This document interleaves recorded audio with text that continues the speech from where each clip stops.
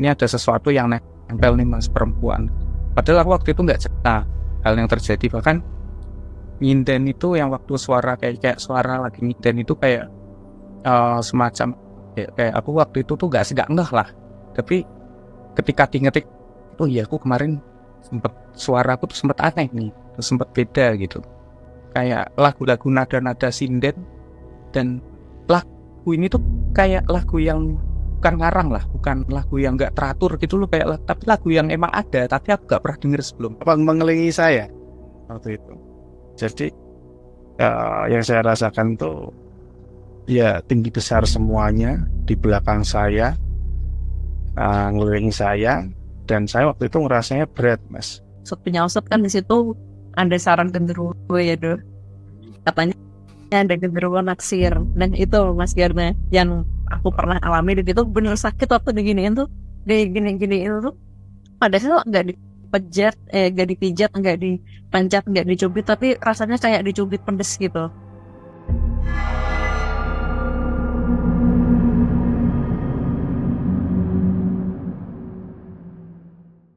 Di Horror Podcast episode yang ke-22 akan kami mulai. Di sini ada Aldo yang sebelumnya sudah pernah mengisi di episode sebelumnya pada tahun lalu, membahas kisah yang sangat menarik, dan juga nanti bersama co-host kami ada Bella dan juga Danisa. Baik, Danisa silakan ambil introduksinya untuk Horror Podcast episode 22. Silakan. Ya, terima kasih Mas Garna. Malam hari ini bintang tamunya Aldo lagi. Sebelumnya Mas Aldo ini sudah pernah ikut ya di Horor.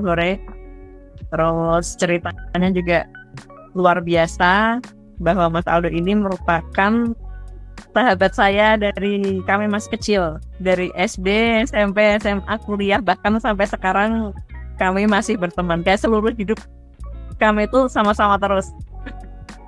Oke, mungkin Mas Aldo mau menceritakan pengalamannya tentang ketempelan ya Mas tadi. Ini kejadian mungkin belum lama ya, sekitar bulan September lah tahun lalu gitu. Jadi ya kayak di cerita sebelumnya kan aku punya semacam hobi sering main ke Gua Maria gitu, saya sering berdoa di Gua Maria gitu. Nah itu di salah satu event di mana aku waktu itu sedang menjalani untuk dalam satu hari itu aku harus mengunjungi satu Gua Maria atau satu gereja. Itu serangkaian, dan di hari kesekian aku lupa, aku mengunjungi di salah satu gereja di kota Semarang, gereja di Sarap Semarang Barat, yang itu waktu itu aku kesana malam-malam sekitar jam 7 atau jam 8 itu. Ya seperti biasa berdoa di sana. Cuma rasanya itu waktu itu ada yang aneh ketika berdoa di sana. Aku rasanya itu lebih berat, lebih panas, lebih apa ya, kalau bahasa Jawanya itu singup gitu rasanya, itu kayak singup, sumek, kayak ya hawa-hawa kayak mau sakit gitu kan. Nah setelah itu saya setelah berdoa terus aku tuh kan balik ke mobil ya. Nah di dalam mobil tuh rasanya kayak berat, nggak sanggup untuk ngapa-ngapain. Akhirnya aku tidur lah di mobil itu. Nah waktu di mobil aku tertidur. Setelah tertidur aku di tidur itu aku mimpi yang kalau sekarang aku ingat-ingat cukup serem, tapi ketika aku mengalami ya kayak mimpi biasa. Jadi nggak ada yang aneh lah dalam mimpi itu menurutku waktu itu. Jadi aku mimpi di posisi yang sama di dalam mobil itu juga. Aku lihat di luar itu ada sosok perempuan yang bentuknya tuh compang-camping. Aku ingat tuh bajunya itu kayak ya baju perawat gitulah, yang dengan rok yang agak panjang itu. Dia jalan dengan agak terpincang-pincang, compang-camping, rambutnya acak-acakan tuh, kayak nyamperin aku gitu.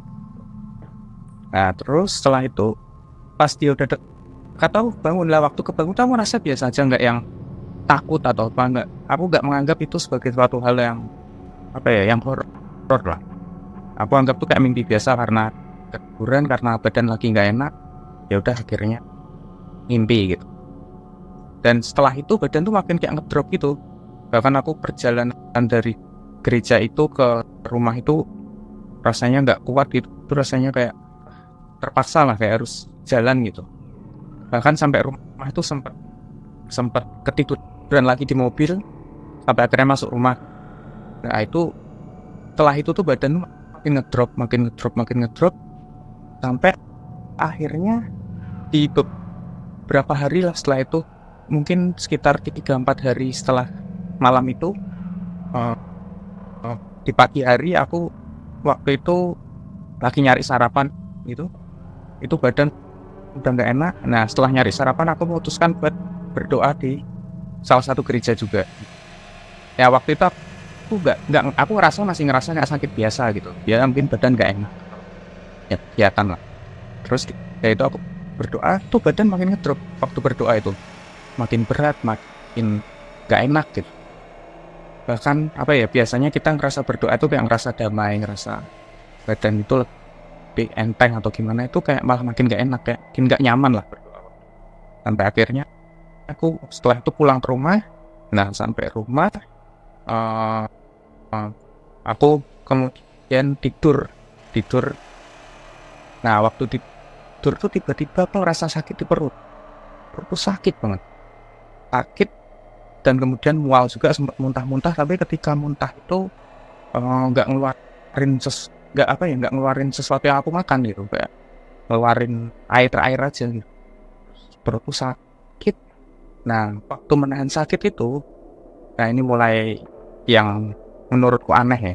Jadi dalam kondisi menahan sakit kan biasanya orang merintih ya ketika kesakitan. Nah di situ ketika aku mau merintih, dari dalam mulutku itu keluar bukan rintihan tapi suara seperti perempuan lagi nyinden. Jadi keluar suara perempuan nyinden, dan waktu itu aku sadar itu.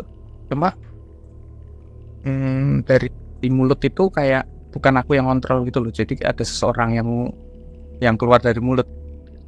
Jadi ketika sakitan nyinden, terus akhirnya aku manggil adikku buat apa namanya, buat aku minta air atau apa. Nah waktu itu aku masih belum ngerasa itu sesuatu fenomena apa ya, sebuah anomali gaib lah. Tapi aku ngerasa ya sakit aja gitu. Bahkan sampai nyinden tuh aku juga nggak ngerasa itu ya, mungkin aku bahkan kepikiran apa aku keracunan atau gimana, sampai ngerancu gitu mulutnya. Aku masih berpikir kayak gitu. Terus akhirnya aku pindah posisi, nyender di tembok gitu. Nah di situ kesadaranku udah mulai agak semi hilang. Usun masih ada sadar dikit tapi udah mulai hilang. Nah adikku tuh punya feeling nggak enak gitu. Akhirnya aku di situ difoto sama adikku. Waktu difoto sama adik, dikirim sama salah satu teman adik lah yang tahu hal kayak seperti ini gitu. Nah di sela-sela kita aku tuh minta apa, minum air apa gitu, karena aku ngerasa waktu itu tuh apa ya, kayak keracunan. Aku takutnya tuh kalau keracunan gitu. Nah sampai aku di foto tadi itu dikirim ke teman adik. Kemudian teman adik tuh ketika ngeliat fotoku langsung bilang ke adik, aku harus ketemu masmu nih, dalam waktu dekat harus ketemu gitu. Nah, aku nggak tahu nih kenapa tiba-tiba dia ngajak ketemu. Sampai akhirnya kita janjian ketemu pas di lain hari lah, kita ketemu. Dia bilang, "Mas, ini ada sesuatu yang nempel nih mas, perempuan." Padahal aku waktu itu nggak cerita hal yang terjadi. Bahkan nyinden itu yang waktu suara kayak suara lagi nyinden itu kayak semacam kayak aku waktu itu tuh nggak ngeh lah. Tapi ketika diingetin, oh iya aku kemarin suaraku tuh sempet aneh nih, sempet beda gitu. Nah terus aku cerita sama dia kalau ternyata aku juga sempat nyinden juga, dan intinya match lah apa yang dia lihat sama apa yang alami sama yang aku rasakan tuh match. Kalau yang menempel itu tuh sosok perempuan. Nah terus setelah itu dia minta waktu dan tempat. Di waktu itu kan aku di kantorku ya, aku nyari tempat yang kosong lah di situ buat dia untuk semacam ngasih doa gitu. Nah waktu sebelum temen adikku ini memulai apa ya, kalau bilang ritual serem ya, kayak doa-doanya itu, memulai doa-doa itu, dia kayak suruh aku tuh nyiapin dua buah botol aqua sama tas kresek sama plastik kresek gitu. Nah waktu itu aku ngerasa kayak biasa aja, kayak waktu itu kan masih badan udah mulai agak biasa gitu, nggak yang ngerasa aneh, tapi ya masih kerasa berat tapi nggak. Jadi waktu dia bilang kresek, dia minta kresek, aku bilang ini buat apa, nanti jaga-jaga mas kalau kamu muntah. Nah, waktu itu aku ngerasa biasa aja, jadi nggak yang apa, nggak mungkin lah aku muntah gitu loh, kayak. Sampai akhirnya aku ada di sebuah ruangan, dia itu kayak tiba-tiba megang punggungku sambil doa-doa gitu. Pertama biasa, tapi lama-lama itu kayak badan tuh kayak tertarik, berat. Terus tiba-tiba bener di tengah doa-doanya dia itu, bener-bener muntah yang muntahnya itu kayak ya, kalau ingat film-film eksorsis itu kayak sampai yang suara di tenggorokan tuh sampai yang keluar gitu. Sampai bener-bener nggak ada yang dimuntahin tapi masih pengen muntah gitu. Nah di tengah-tengah muntah itu tiba-tiba muncul lagi nih suara itu. Ternyata suara yang waktu itu muncul di pertama itu muncul lagi ketika aku muntah-muntah. Nah suaranya itu aku jadi waktu itu ya, waktu yang kedua itu aku jadi lebih aware kalau ternyata suaranya itu semacam humming gitu, kayak lagu-lagu nada-nada sinden. Dan lagu ini tuh kayak lagu yang bukan ngarang lah, bukan lagu yang nggak teratur gitu loh, kayak tapi lagu yang emang ada tapi aku nggak pernah denger sebelumnya. Nggak, kalau kita ngarang gitu kan lagunya nggak teratur ya, maksudnya kayak gitu. Tapi ini bener-bener ya kayak hummingan, kayak kamu mungkin ada sinden suruh humming gitu ya kayak gitu. Nah terus si temen tuh kayak mencoba, kayak bukan komunikasi ya, kayak ngomelin si sosok yang ada di sini, malah nyanyi, dimarah-marahin gitu lah sama dia. Sampai akhirnya aku muntah-muntah. Di situ aku langsung kayak hampir pingsan gitu, kayak bener-bener kayak badan kok diperas gitu rasanya tuh, kayak energi itu bener-bener habis, kayak drain gitu lah. Di situ aku dikasih airnya tadi, jadi kan aku bilang suruh bawa air juga 2 botol aku. Lah aku 1 botol aku minum bener-bener yang dalam waktu beberapa saat itu tinggal 1/4 tuh nggak terasa gitu, sampai saking ya entah yang minum aku atau bukan aku nggak tahu, tapi aku ngerasanya tuh kayak ya lepas banget lah situ. Udah di situ udah enak lah, badan udah enak. Nah sampai beberapa hari kemudian aku kayak masih penasaran nih, ini apa sih ini gitu.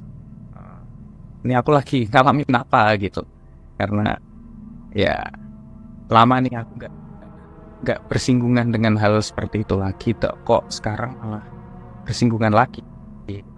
Akhirnya aku coba nih nyari pembanding nih, karena aku udah dapat cerita dari teman adik ini.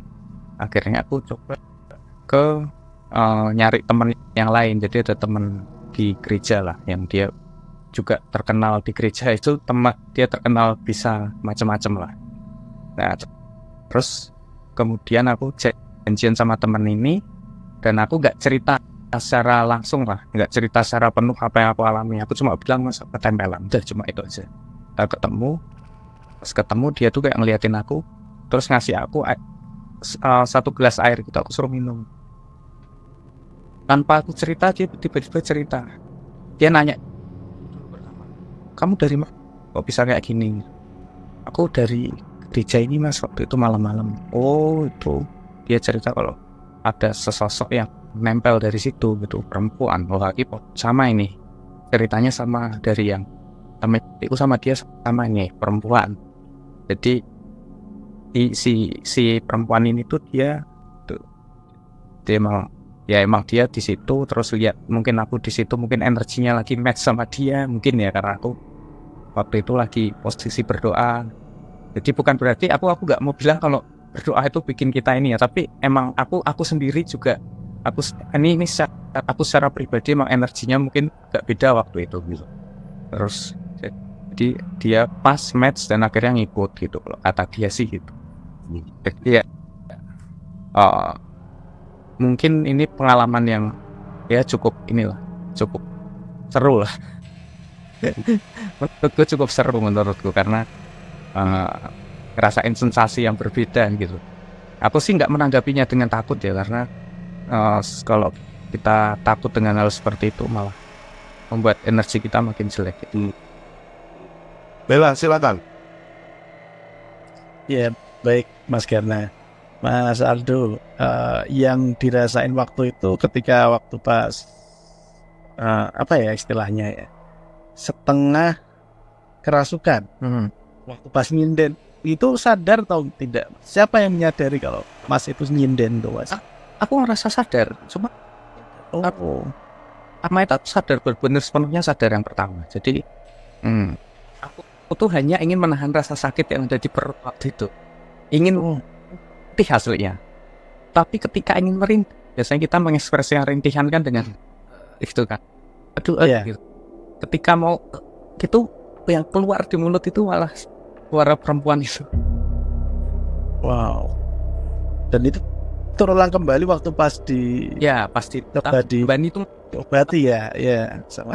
dan aku tapi kalau ditanya lagunya gimana aku lupa. Tapi waktu itu ya, ketika aku mendengar lagu itu tuh lagu yang aku tidak familiar, aku nggak pernah denger. Mungkin ketika kalau seandainya waktu itu direkam terus ya lah, mungkin ada yang tahu, mungkin lagunya beneran ada gitu, karena lagunya bener-bener lagu humming yang bagus lah menurutku cukup indah lah lagunya. Itu mungkin tandanya kamu harus mengasah lagi nyanyi dan kamu diperuntukkan menjadi penyanyi dong. Jadi itu tanda loh bro. Apalagi baru-baru ini kan. Mata Aldo itu juga setahu aku suaranya bagus ya. Kan? Oh, Ya, kan? berarti yang masukin match ya berarti ya. Udah ngincer dari lama berarti. Jadi itu nanti ya itu mungkin menawarkan jadi guru nyanyi, atau mungkin dilala pas ini bisa kerasukan itu, oh nyanyi jadi lebih bagus misalnya. Cepet ya suaranya ya. Iya. Baik, sebelum nanti kita lanjutkan cerita, terima kasih banyak buat teman-teman yang sudah menyimak Horor Podcast di episode yang ke-22. Disiarkan langsung dari Oakland, California pada setengah 8 pagi saat ini, dan di Indonesia hari Minggu malam ya. Semoga pekan akan menjadi menyenangkan sambil mendengarkan cerita horor. Dan sebelumnya terima kasih buat teman-teman yang sudah menyimak. Kembali lagi di Horor Podcast. Danisa, mengingatkan apa dari cerita Aldo ini? Mas Garna, kalau ketempelan itu jujur aja aku juga pernah sih merasakan ketempelan. Jadi waktu itu aku memang nggak sadar kalau aku itu ketempelan. Sebenarnya kalau misalnya kalau orang tua bilang kalau maghrib jangan di luar tuh nanti takutnya ketempelan atau kerasukan, itu tuh benar loh. Aku pernah ngalamin sendiri, soalnya waktu itu aku masih SMP. Nah, masih ingat ya dulu SMP tuh sering banget aku tuh main ke daerah Tanah Mas di sekitaran rumah Aldo juga waktu itu. Sebenarnya udah dibilang, dan kamu kalau udah jam segini maghrib jangan di luar gitu. Tetap aja aku nekat dulu sama teman-teman yang lain juga. Mungkin waktu itu nggak sama Aldo sih, aku sukanya kumpul sama ada teman perempuan aku namanya Fitria. Nah, kan kalau di daerah rumahnya si Aldo itu kan kalau udah sore itu kan jalannya lumayan sangat sepi ya, dan di situ ada tambang. Memang serem sih sebenarnya. Sudah banyak cerita di situ, tapi pada saat itu kami tetap nekat motor-motoran. Dan pas banget kita tuh habis beli, kalau nggak habis beli bakso, habis beli pokoknya habis beli makanan lah. Pulang tuh di situ aku yang aku rasain di awal tuh tenggorokan aku tuh radang panas gitu, panas sehingga pada saat kita sampai di rumah mau makan tuh rasanya untuk sebentar aja susah. Terus lama tuh dia tuh agak lumayan sesak ya, kayak sesak nafas, terus sembek juga. Waktu itu yang ngelihat tuh mamahnya temanku, mamahnya si Tria ini. Nah, si mamahnya si Tria tuh ngeliat kayak, Mbak kok lihat ada asap di pundak sini, asap lewat sekelebat gitu. Terus akhirnya kebetulan banget di sebelahnya rumahnya si Fitria ini ada dulu ibu-ibu tukang pijet yang dia tuh spesialis pijet bayi sama pijet untuk khusus orang-orang yang ketempelan atau terdapat gangguan gaib lah. Mungkin Aldo tahu nggak orangnya? Belum siapa ya? Ya, yang suka pijet itu. Nah, dibawalah ke situ. Udah, tante bawa aja ke tukang pijet itu. Benar, waktu dipijet itu cuman diginiin padahal itu tuh sakitnya minta ampun, kayak dikulitin tuh loh, pedih gitu. Terus si ibu itu bilang, jadi si ibu itu punya ritual sebelum ngebersihin itu dia kayak ngerokok dulu. Terus setelah ngerokok dia ada kayak baca-baca gitu, merem baca-baca. Terus saya diginiin, itu tuh perih. Saya kan teriak-teriak. Terus si ibu itu sambil tetap giniin, malah semakin kencang giniinnya. Beliaunya bilang, makanya Mbak, kalau dibilangin orang tua itu jangan ngeyel. Kalau maghrib itu pulang, nanti ditempelin nih katanya. Ada yang naksir lagi gitu. Terus maksudnya si ibu itu tuh biar saya nggak takut, cuman cuman bilang gitu aja. Sempat nanya sih apa sih yang nempel gitu, tapi dia kayak diem aja dan ngejawab. Terus setelah sudah selesai, saya pulang, barulah si ibu itu konsultasi sama si mamanya si Fitria ini, bilang bahwa Bu, itu mbaknya mending ini deh, sementara waktu mungkin jangan berkeliaran dulu di sekitar sini, itu nanti biar saya ngurusin. Punya usut kan di situ ada sarang genderuwo ya doh, katanya ada genderuwo naksir. Dan itu Mas Garna yang aku pernah alami, dan itu bener sakit waktu diginiin tuh, diginiin tuh padahal nggak dipijat, nggak dipencet, nggak dicubit, tapi rasanya kayak dicubit pedes gitu. Ya, kalau soal ketempelan mungkin ya. Kalau sebenarnya ini kan kalau secara ada di dalam studi ilmiah itu hal-hal seperti ini ternyata memang sudah ada diteliti, dan itu dari abad 19 ya. Dari tahun 1800-an itu di London ada physical search for studies itu khusus untuk mereka itu mendedikasikan soal kerasukan, ketempelan, atau mungkin eksorsisme juga yang mungkin ada kerap terjadi, dan di mana pemuka agama khususnya di gereja itu juga turut membantu untuk mengatasi eksorsisme itu ya.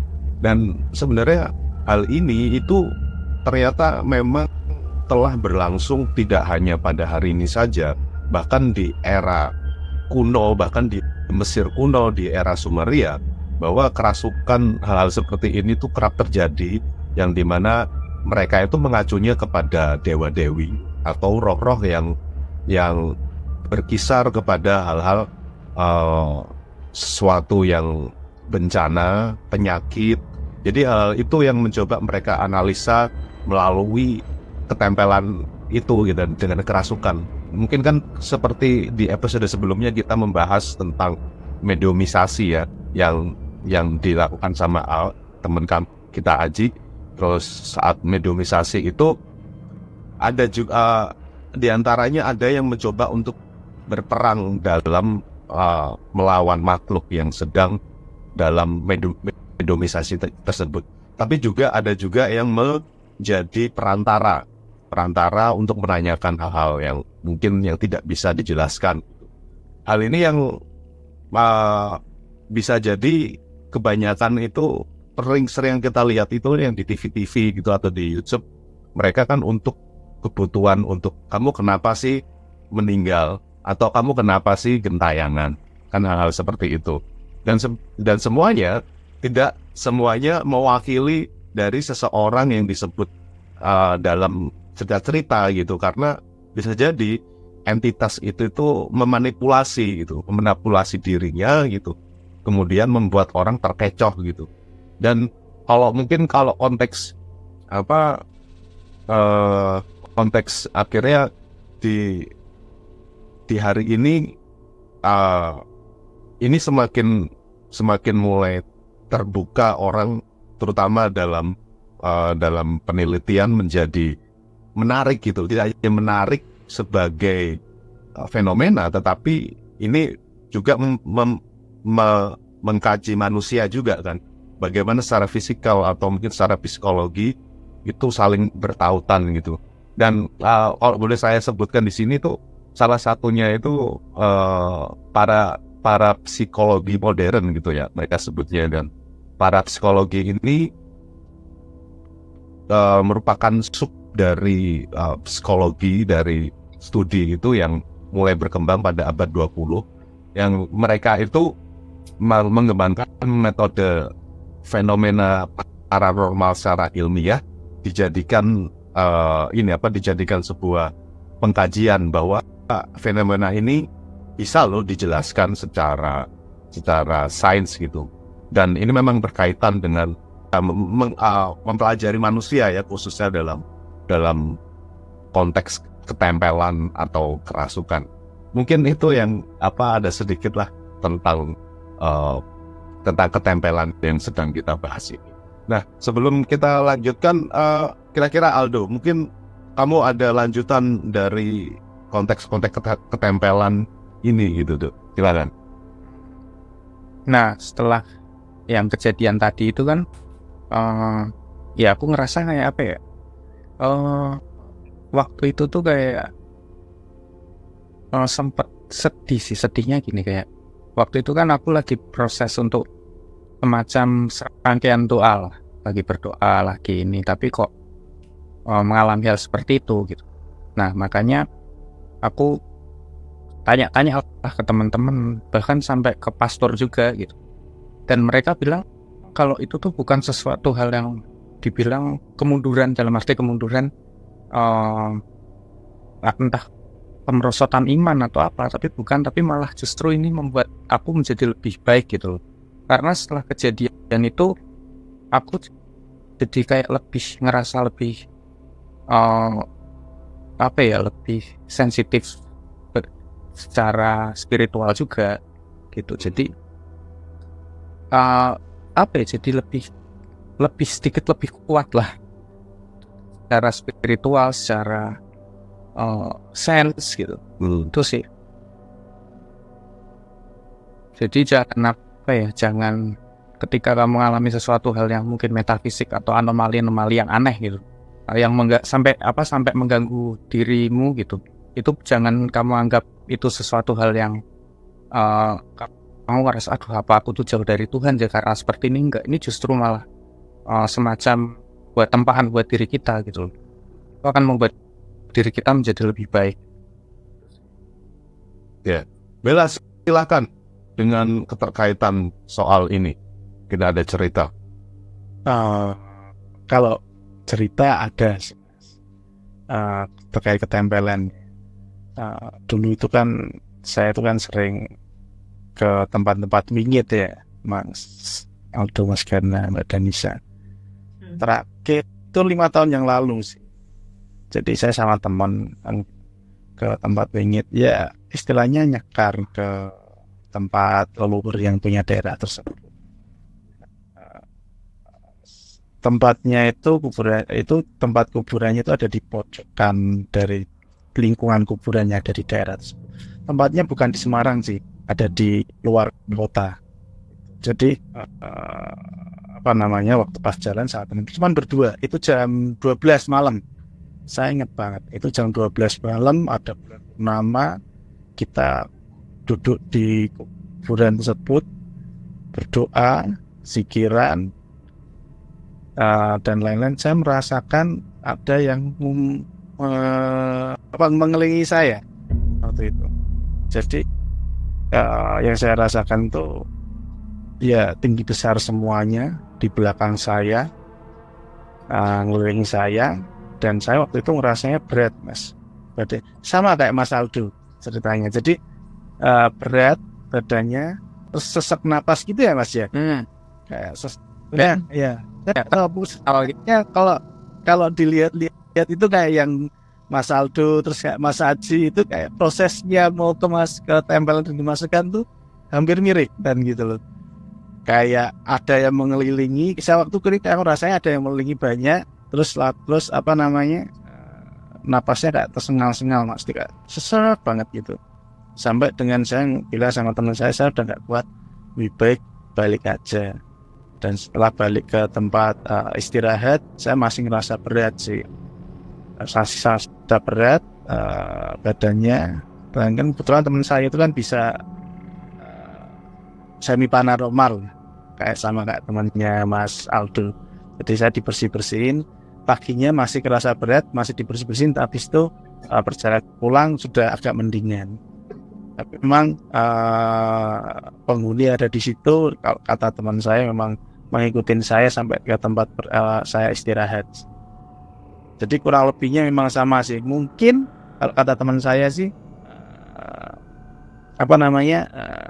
energi yang dikeluarkan kita waktu itu menarik ya, bertautan terhadap penghuni-penghuni yang ada di situ. Jadi sehingga kita kayak ini siapa sih yang kok bisa energinya menarik nih, deketin. Sama kayak Mas Aldo juga. Jadi kebetulan Mas Aldo waktu itu mungkin energinya lagi bagus atau mungkin sedang lemah kan gitu. Kayaknya jadi ada yang tertarik untuk berinteraksi, bahasanya seperti itu. Cuman kalau di saya waktu itu saya belum sempat berinteraksi, jadi tidak ada pesan. Kalau di Mas Aldo kan sampai dengan ada pesan yang gitu. Pun pesan-pesan itu tidak secara gamblang ya Mas ya. Atau mungkin ada pesan Mas, yang Mas Aldo itu yang disampaikan oleh suster itu kepada Mas Aldo yang ditangkap. Nggak ada sih kalau pesan khusus, nggak ada. Cuma dari cerita teman gitu, kayak aku menangkap belum sempat ke cerita ya. Jadi dari teman yang terakhir itu dia bilang kayak ya di situ tuh sempat terjadi tragedi lah. Nah, tragedinya apa itu juga nggak tahu, aku juga nggak nanya, dan dia juga tidak menjelaskan secara detail. Tapi yang jelas ya bisa dibayangkan lah waktu itu zaman Jepang itu kan emang yang halal berbau Belanda kan dibasmi ya mungkin tumpahan darah lah di ya pesan secara nggak langsung sih ya, kayak kita jadi merangkum ada cerita situ, dan itu membuat kalau aku lewat situ selalu ya mencoba mendoakan mereka juga. Nah, jadi ada pesan ya. Mungkin bisa ada peluang untuk melakukan retrokognisi mungkin terhadap masa itu gitu. Bisa jadi sih Mas. Ya, silakan Danisa. Oke, terima kasih Mas Garna. Mungkin dari apa yang diceritakan Mas Aldo dan Mas Bella ini, saya jadi teringat sesuatu sih. Kalau ini kasusnya mungkin dia bukan ketempelan.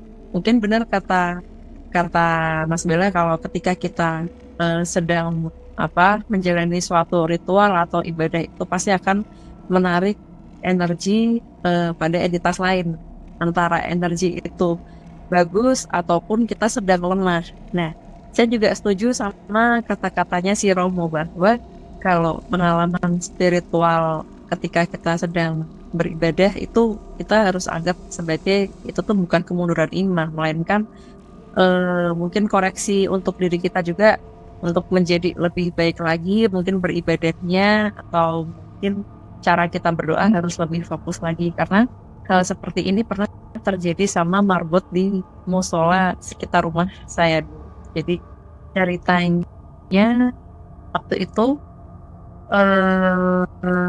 sholat Isya kalau nggak salah, si marbotnya ini lagi sholat di musola, kemudian pada saat sujud yang kedua itu dia nggak bisa bangun, jadi kayak ada yang nginjek dari sini, dan pertama dia masih berusaha untuk bangkit. Itu menurut cerita tetangga aku ya, dia masih berusaha untuk bangkit, tapi dia tetap kayak ada yang nginjek. Semakin dia berusaha bangkit, semakin ada yang nginjek lagi gitu.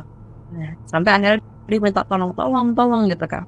Terus ditolong sama warga sekitar yang kebetulan juga lagi sholat di situ. terus didoain, diminumin air. Setelah itu beliaunya sempat lemas. Dia merasa bahwa energinya dia itu kayak ditarik dari atas gitu kan.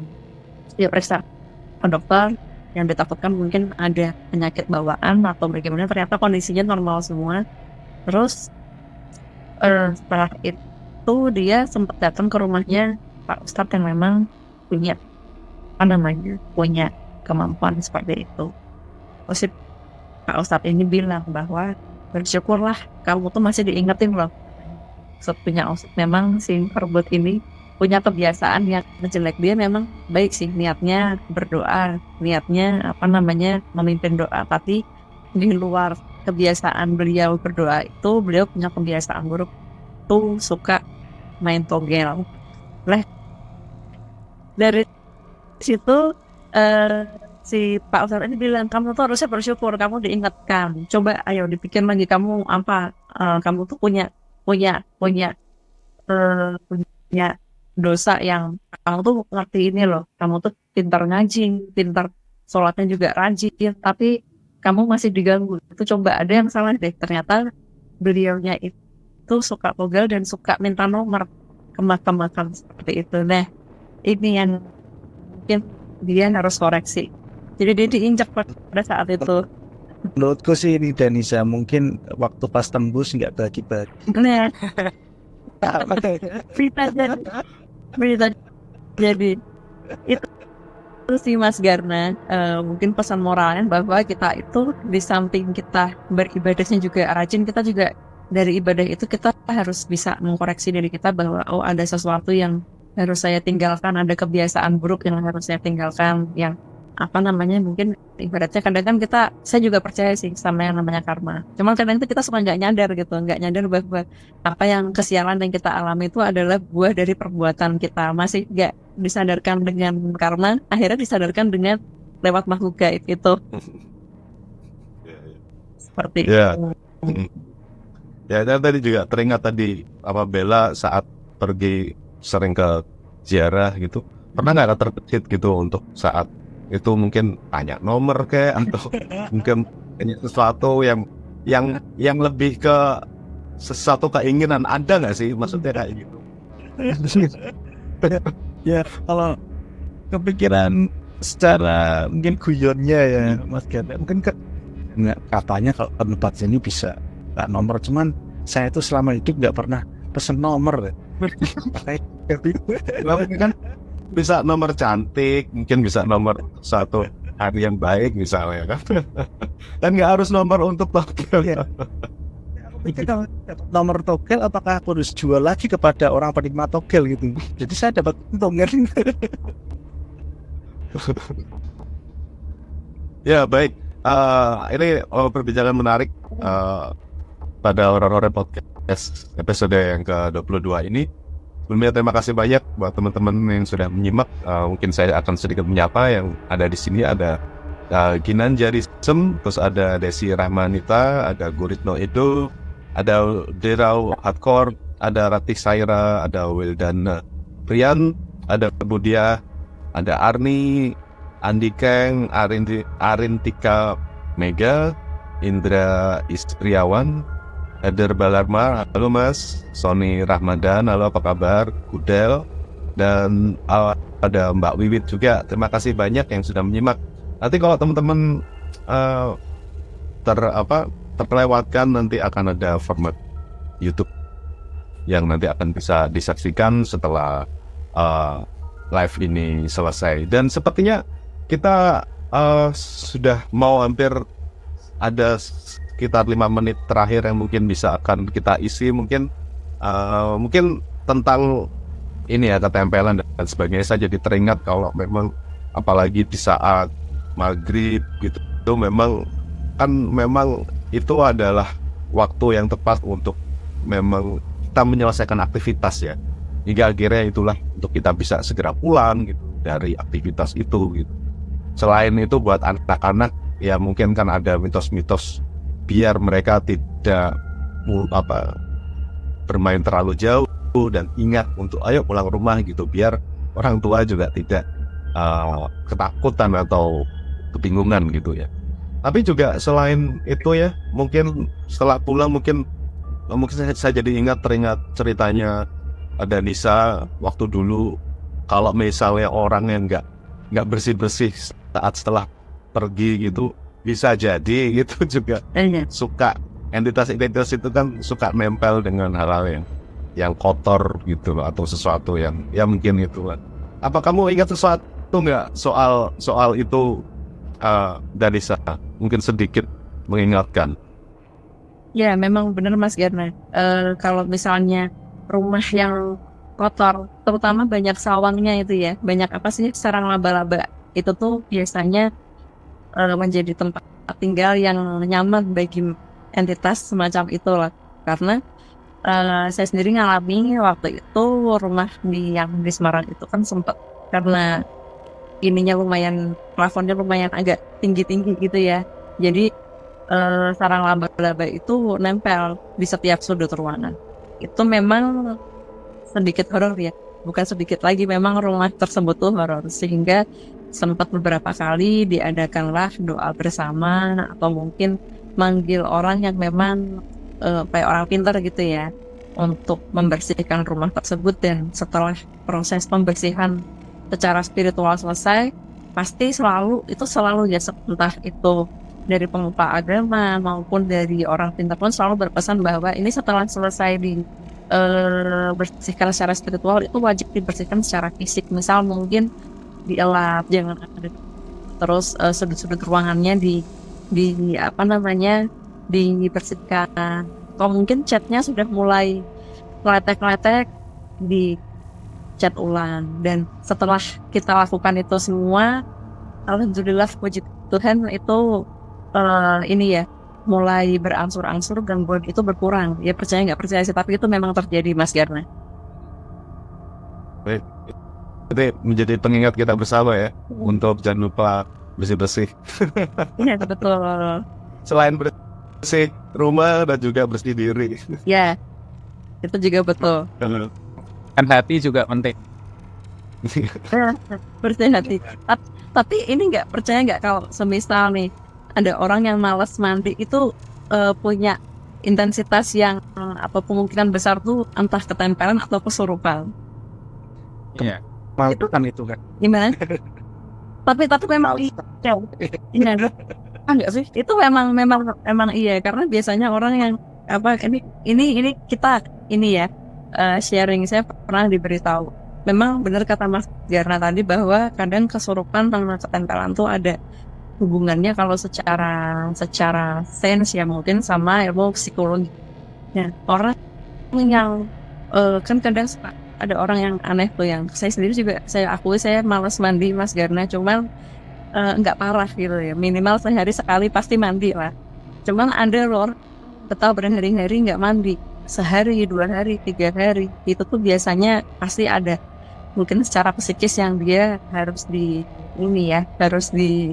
dibenahi. Mungkin itu juga yang mempengaruhi kenapa orang yang terbilang malas membersihkan diri itu juga jadi mudah kesurupan Mas Garna. Saya pernah diceritain sih hal seperti itu.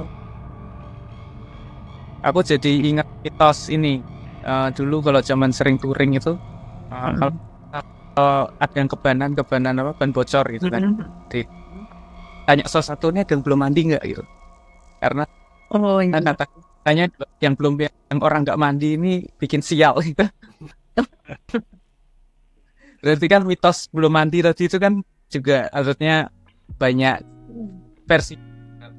Ya nggak langsung kita dengan mandi itu kan kita bisa lebih bersih dari segala hal lah. Hal-hal buruk jadi nggak nempel gitu. Betul. Ya. Ya, ada sekarang keramat ya. Nah, ya. Baik, terima kasih banyak ya. Sepertinya kami di Horor Podcast ke episode 22 ini merupakan menarik untuk kita bisa membahas soal tempelan dan sebagainya. Saya Garna Raditya dan co-host Bella dan juga Danisa. Dan terima kasih banyak untuk Aldo atas waktunya berbagi ceritanya. Begitu, sampai ketemu di Horor Podcast berikutnya. Salam.